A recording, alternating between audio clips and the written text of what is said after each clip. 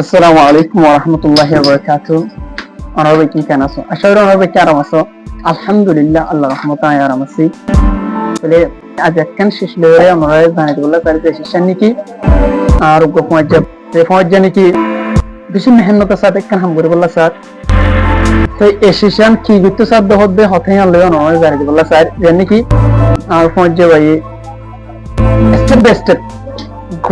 grammar হতে না হলে বেশি জরুরি আর ক্লিয়ার জানি হতা তাহলে আর ভাই আর পর্যায়ে যে দূর নিজত্ব নেবিলিটি আছে দুলের স্টেপ বাই স্টেপ অনরে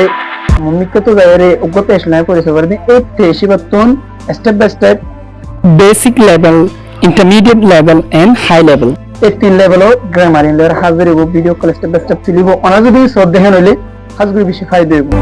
বলি আনলা বলি অনরারে রিকোয়েস্ট করা যাবে আই ডাকু তুনিয়াতন